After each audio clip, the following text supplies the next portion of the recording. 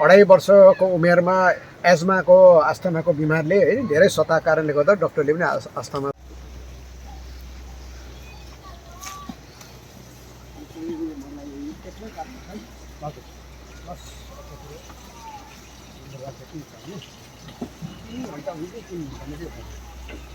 म TA Tashi medical एकाडेमीमा एउटा नोकरी थिएँ 81 सालदेखि 91 सम्म नोकरी गरेँ 8-9 वर्ष है र म नोकरी छोड्दा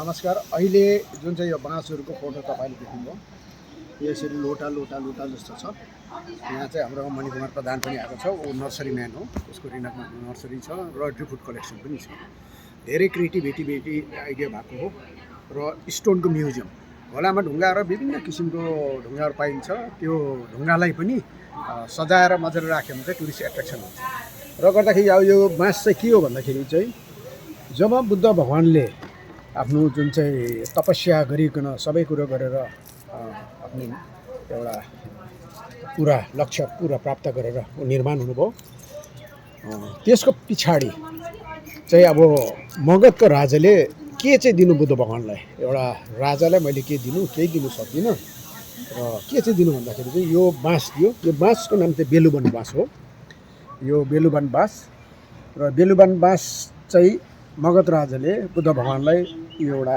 दान स्वरूप उहाँले दियो त्यति बेला चाहिँ यसको अघि चाहिँ बुद्धिज्ममा चाहिँ दान प्रथा थिएन कुनै पनि लामाहरूलाई दान दिनु भन्ने कुरो थिएन दान दक्षिणा नदिनु भन्ने थियो तर मगधको राजाले जब एउटा हृदयभित्रबाट एउटा यो बाँस दिएपछि चाहिँ दान प्रथा पनि बुद्धिज्ममा सुरु भएर लामाहरूले जसरी दान दिने प्रथा हामीले यो थाइल्यान्डहरू धेरै बाहिरको देशको उसमा पनि हामीले देख्छौँ र यो बेलुबान बाँस हो यसको अहिले किम्मत भनौँ भने यो चाहिँ कालेबुङमा पाइन्छ कालेबुङदेखि मैले लिएर आएर यहाँनिर राखेको छु गुम्पामा छ धेरै साथीभाइले पनि ल्याएर बेच्छु अहिले यसको चाहिँ रफली हामीले तल्लो कदममा 1000 रुपिस पर प्लान्ट पटसँगै आउँछ यो 4 महिना 5 महिना भयो अब यसबाट टुसा आएर धेरै कुरो हुन्छ त्यस कारण चाहिँ मेरो तर्फबाट चाहिँ मणिकुमार ज्यूलाई म ल्याएर बाँस दिँदैछु यो है यो तपाईँले रोपेर यसको पछि जर्मिनेट गरेर त्यसलाई बिक्री गर्न सकिन्छ र जति पनि हिन्दू बुद्धिस्ट जो पनि हो जसले पनि एउटा डेकोरेटिभ तरिकाले पनि जुन धर्महरूलाई पनि नगरेर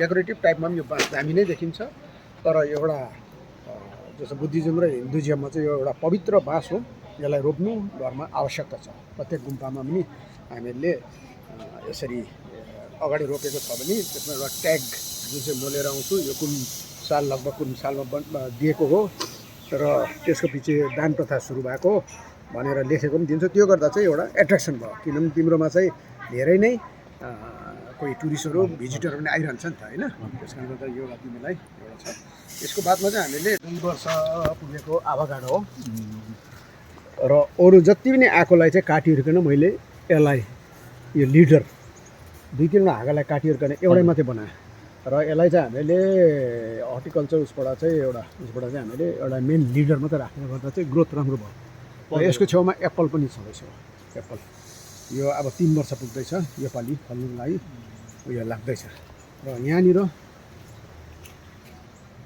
हलमा हाम्रो अलिकति पछाडि रोपेर त सयपत्री त्यसरी ठुल्ठुलो आएको छ हो अब अलिक पछाडि रोपेर यसलाई पानी दिइरह्यो भने चाहिँ सयपत्री यसरी फुल्छ र बैगुन त यो फलेर यो सकिनु भयो यो एप्पल चाहिँ रोप्नु हो एप्पलमा कम्पोस्ट मल चाहिँ चाल्छ जङ्गली मल र गाईको मल हो सबै बैगुन यो चाहिँ कति ठाउँमा चाहिँ अलिकति माथि किरा लागिन्छ तर यसलाई कटिङ गरेर चाहिँ गर्दाखेरि यसरी राम्रो आउँछ तर यसले अझै राम्रो फल्छ किन प्रुनिङ भन्छ नि हजुर अब आयो यहाँ धेरै कुरो छ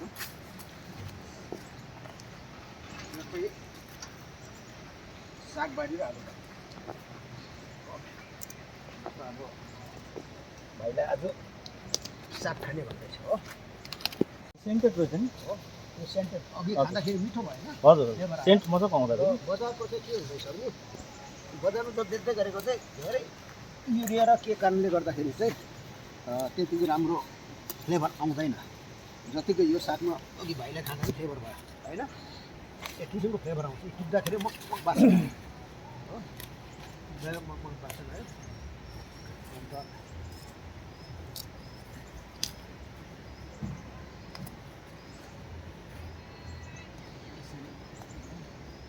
सँगसँगै यो पनि एप्पल गार्ड हो। त्यसरी अलिक बिमारहरू बेला बेला लाग्छ, यसलाई कटिङ पनि हेल्दी नै छ। योपालि 3 वर्ष पुग्दैछ। 3 वर्षको नि 3 वर्ष पुग्दैछ र गर्दाखेरि योपालि यो पक्रियो। यो चाहिँ प्योर अर्ग्यानिक। योपालि यहाँनिर नि फुलेको पनि छ। यहाँ फुल्दैछ अलिक यता ल्याऊ यो 12 मासे यहाँ फुल्दैछ। यो हिजो अस्ति फुलेको, योपालि चिचिला लागेन यसलाई हो।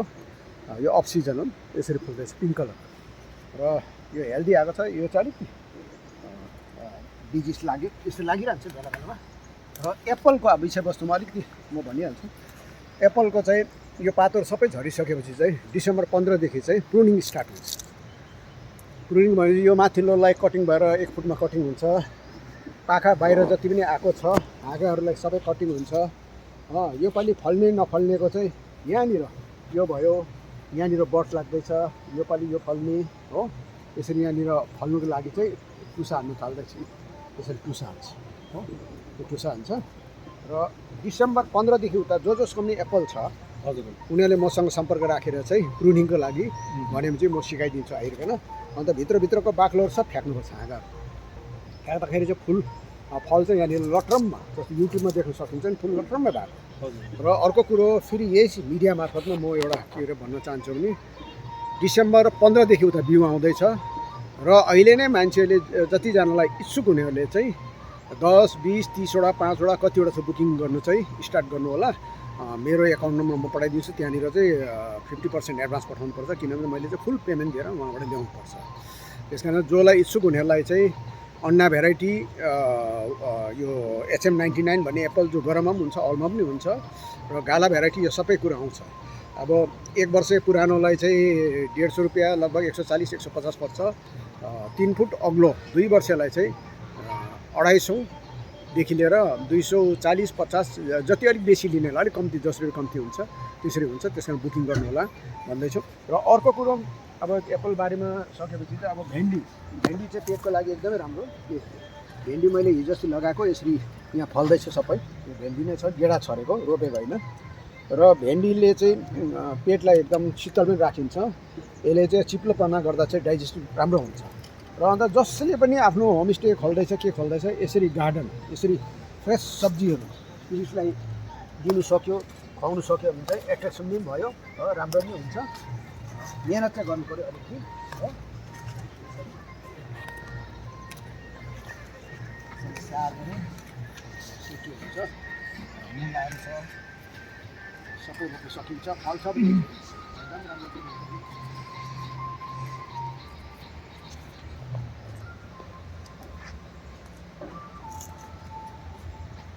आलु पनि आलु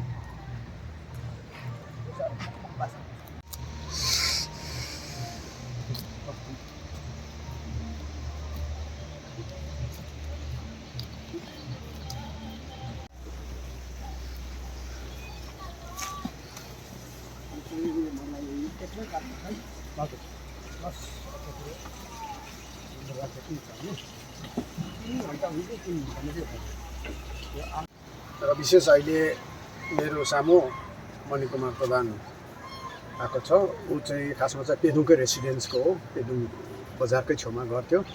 उहाँको पापाको नाम चाहिँ लाइफ स्टक कान्छा होइन, लाइफ स्टक कान्छा भनेर भनिन्थ्यो। र गर्दाखेरि चाहिँ आज उहाँले गभर्मेन्ट नोकरी भए तापनि, पेदुङ हस्पिटलमा भए तापनि उहाँले चाहिँ उहाँ रिनकमा बसिकन अलिकति म्युजियमहरू बनाउने, नर्सरी गर्ने भनेर चाहिँ उहाँले नोकरी पनि छोडिकन रिनकमा लाग्नुभयो। र अहिले नर्सरी पनि छ, उहाँको ड्री फुड कलेक्सन, स्टोनको म्युजियम, सँगसँगै अर्को कुरो चाहिँ as a electrician. So everything happen the best. कतिले भन्छ नोकरी छँदै किन छोड्यो, होइन किन छोड्यो, मुन्छे पगला हो। मैले पनि गान्तोकमा टासिनोमिकल एकाडेमीमा एउटा नोकरी थिएँ। 81 सालदेखि 91 सम्म नोकरी गरेँ, 8-9 वर्ष है। र पनि नोकरी छोड्दा धेरैले भन्यो अब यत्रो सरकारी नोकरी कसरी छोड्यो, होइन यो त ठिक भएन भन्दै थियो। तर आजको दिन मैले नोकरी छोडिकन सेल्फ सफिसियन्ट या सेल्फ इम्प्लोइड गर्नुको लागि जुन रेसीकोलाको बन्जर बगारमा यसरी खोलिकन आज एउटा इको टुरिज्म, मङ्की लज हो, भनेर एउटा होमस्टे भनेर कन्सेप्टमा यो खोल्यो र आजको दिनमा त्यो मात्र नभएर अहिले 15-20वटा गाउँलाई लिएर गरिरहेको छ। त्यसरी नै सिलगढीमा पनि गरिरहेको छ र विशेष भाइलाई आजको दिनमा यहाँनिर एज अ इलेक्ट्रिसियन हुँदा चाहिँ हाम्रो कति बिजुलीको 3 फेज लाइनहरू छ र फल्ट हुन कारणले गर्दा बोलाएको थियो र एकै फोनमा भाइ आफ्नो बहुमूल्य समय लिएर आइदिनु भयो, त्यसको लागि धन्यवाद छ। र विशेष आज चाहिँ एउटा मान्छेलाई ज्ञान दिनुपर्छ, जुन चाहिँ रियालिटी कुरो ट्रु स्टोरी हामीले बताउनुपर्छ। र भाइको नानी 2.5 वर्षको उमेरमा एजमाको अस्थमाको बिमारले है धेरै सताएको कारणले गर्दा डक्टरले पनि अस्थमा भएको छ र भाइको नानी अहिले कति वर्ष पुग्यो? अहिले 19मा लाग्यो। 19मा पुग्यो र कति वर्ष उमेरदेखि चाहिँ यो बिमार भयो? तपाईँको मेरो नानी चाहिँ 2.5 साल भन्नु 2004मा लाग्यो। अनि 2005 लाग्दा नलाग्दा चाहिँ अब नानीको चाहिँ नाक कराउने, सुत्दाखेरि अप्ठ्यारो हुने। अनि हामीले नानीको चाहिँ अलिक प्रब्लम रहेछ, अस्थमा होला भन्ने डाउट लागेर चाहिँ गान्तोक गएको थियौँ। गान्तोक हाम्रो डाक्टर रुत हुनुहुन्छ गान्तोकमा, उहाँलाई देखाएर चाहिँ ट्रिटमेन्ट गरेको थियौँ, स्लाइनहरू दिइरहेको। एजमा भनेर भन्यो उनीहरूले? हजुर, अस्थमाको प्रब्लम छ भन्ने खालको उहाँहरूले पनि भन्नुभयो र अनि हामीले एसटिएनएममै राख्यौँ गान्तोक। अनि 1 हप्ता बादमा चाहिँ मेरो एउटा भेट चाहिँ लामासँग भयो नर्थको। फेरि जाँदाखेरि त्यही टाइममा त्यति भयो। अनि उहाँसँग चाहिँ बाहिर बसेर यसो चियासा खाँदै गफ गऱ्यौँ। गफ गर्दाखेरि चाहिँ भन्नुभयो नानी लैजा घर भनेर चाहिँ पालाले भन्नुभयो। अनि राम्रोसँग वार्ता लिँदाखेरि चाहिँ होइन, मतलब नानी चाहिँ के को लागि ल्याएको भन्दा चाहिँ यो अस्थमाको बिमार छ, दमको बिमार। हजुर, अन्त उहाँसँग खुलेर कुरा राख्दाखेरि चाहिँ अस्थमाको प्रब्लम भएर ल्याएको भनेर पालासँग कुरा भयो। अनि उहाँले चाहिँ सानो एउटा टिप्स दिनुभयो कि तिम्रो नानीलाई घर लानु र हाँसको अन्डा चाहिँ खुवाउनु भन्ने खालको। अनि खुवाउनु पनि एउटा के रहेछ, भित्रको रानी काटेर चाहिँ पानीमा बोइल गरेर खुवाउनु। रानी काटेर होइन, अन्डालाई बोइल गर्यो, भित्रको रानी पाकेको चाहिँ निकाल्नु पर्यो। होइन, नपकाइकन रानी अलग्गै छिलेर त्यसको त्यो सेतो जुन हुन्छ सेतो मात्रै पकाउने। अनि हल्का बोइल गरेर नानीलाई डेली एउटा बिहान या त पानी ठिकै लिमिटेड लगाएर त्यो बोइल गर्यो, पानी पनि सुकेर जान्छ, अन्डा पनि। अनि त्यो गरेर चाहिँ नानीलाई डेली एउटा खुवाउने। अनि घरमा ल्याएर विदिन हामीले 3 मन्थ खुवायौँ नानीलाई अन्डा डेली गरेर। खोज्दै जाँदा 10 देखि 100सम्म पनि अन्डाको दाम पुग्यो। कति महिना खुवायो? अनि तपाईँको 3 महिना 3 मन्थ्स खुवाइकन चाहिँ नानी जब अलिकति कम्फर्टेबल पनि भयो, 3 महिनादेखि उता चाहिँ अन्डा पनि पाउनु छोड्यो, महँगो भइहाल्यो। र पछि लास्टमा नानी चाहिँ तपाईँको 17 वर्ष पुग्दा चाहिँ म्याराथन पनि पुग्यो। 2.5 वर्षको नानी हुँदाखेरि झन्डै 3 वर्षभित्रमा त नानी जाति भयो। जाति भएर एस्माको त्यसको बादमा दबाई खायो? खाएन। अन्डा 3 महिनाको बादमा खाएको छैन? 3 महिना मात्रै अन्डा खाएर जाति हुन थालिहाल्यो। जाति भयो कम्प्लिटली, एकदम क्लियर भयो। त्यहाँबाट चाहिँ 17 वर्षको उमेरमा चाहिँ मैले यसो एक्सपिरियन्स गरेँ कि नानीको अस्थमा बढ्छ कि बढ्दैन। अनि पेदङमा जुन चाहिँ म्याराथन भएको थियो त्यति बेला मैले नानीलाई पठाएँ।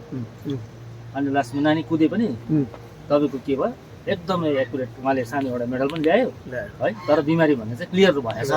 तर मैले सुनेको थिएँ बिचमा त भाइ चाहिँ अब केही एस्माको बिमारी बल्झिन्छ भनेर चाहिँ सतर्क भएर बाटोमा बस्यो। बाटोमा पनि बसेँ कि उसलाई साह्रो पर्छ कि, तर एकदम नो डाउट एकदमै राम्रो। म्याराथन कुद्दा बाटोमा पनि तपाईँले पर्खिनु भएको? मैले पर्खेँ कि त्यो अस्थमाले गर्दा साह्रो पर्छ कि, तर के भयो भनेदेखि मैले चाहिँ पुरा विश्वास गरेँ कि हाँसको अन्डा चाहिँ एउटा घरेलु एउटा मेडिसिन ठुलो। हाँस कुन चाहिँ हाँस? त्यो पनि हाँस चाहिँ तपाईँको हिले हाँस मतलब हाँसहरू जतिले हिलोहरू खान्छ,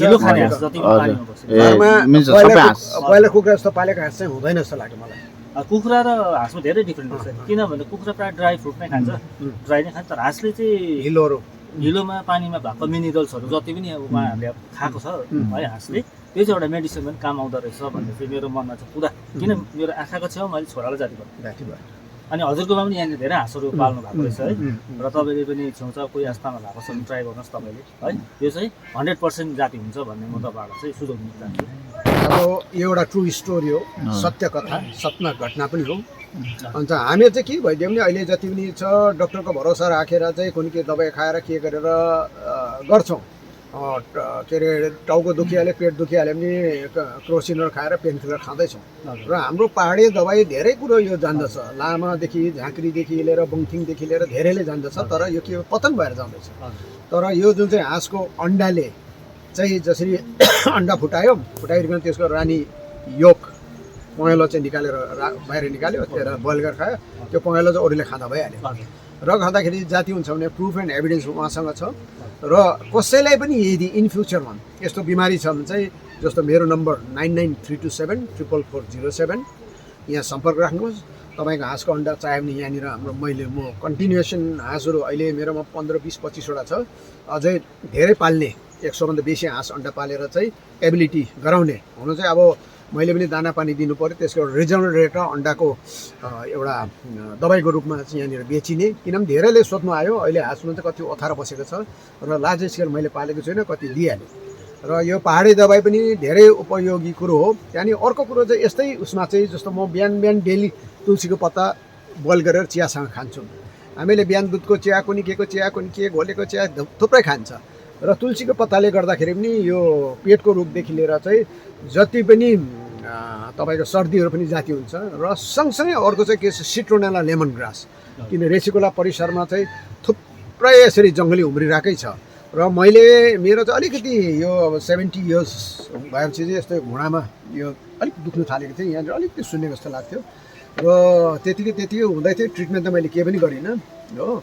र त्यसरी नै मैले अपरसट यो सिट्रोनेला लेमन ग्रासको चाहिँ चिया कन्टिन्यू 15 दिन 1 महिनासम्म खाँदै थिएँ। दबाईको रूपमा खाएको होइन, खासमा चाहिँ मैले चाहिँ खाँदै थिएँ। किन भन्दाखेरि चाहिँ मिठो पनि हुने, मजाको, टुरिस्टलाई पनि बेला बेला खुवाउँथेँ। 1 महिना बादमा मलाई कता यो घुँडा दुख्नु पनि हराएको देख्यो। फेरि यता यहाँनिर सानो मासु पलाएको छ, यसो थिच्दा पनि लुगाले छुँदा पनि दुख्थ्यो र त्यो पनि हराएछ। र गर्दाखेरि चाहिँ मेरोमा पनि एउटा ट्रु स्टोरी चाहिँ के भएको छ भने जसलाई यो घुँडा दुख्ने बिमार 70देखि उता लाग्नेलाई लेमन ग्रासको चिया बिहान बेलुकी एक कप खायो या बिहान अलिकति बेसी खाएर डेली खाएर 1 महिनासम्म गर्दा चाहिँ घुँडा दुख्ने जुन चाहिँ बुढेसकालको यो घुँडा दुख्ने एसिडिटी भएको यो पनि जाती हुन्छ भनेर चाहिँ एउटा प्रुफ पनि भएको छ। त्यसरी नै पहाडे दबाईहरू धेरै नै फेसबुक माध्यममा देखाइरहेको हुन्छ। क्यान्सरको दबाई पनि त्यो जङ्गली कोदो भनिन्छ, धेरै प्लान्टहरू पनि छ। हामीले त्यो पनि कोसिस गर्नु पर्यो, किनभने यसले चाहिँ साइड इफेक्ट हुँदैन। हामीले जति पनि डक्टरी दबाईमा चाहिँ के हुन्छ साइड इफेक्ट हुन्छ। र आज एउटा ठुलो मेसेज मणिकुमार भाइले जो आजको दिनमा रियल स्टोरी जो बताउनु भयो, यसलाई चिन्तन मनन गरेर जो पनि एजमा लागेको छ त्यो व्यक्तित्वहरूले मलाई फोन गरिकन अन्डा कसरी पाउने या तपाईँको यही परिधितिर पनि अन्डाहरू छ भने किनेर खाइदिने। यसले गर्दाखेरि मेरो यो 2 शब्द यही राख्दछु। धन्यवाद।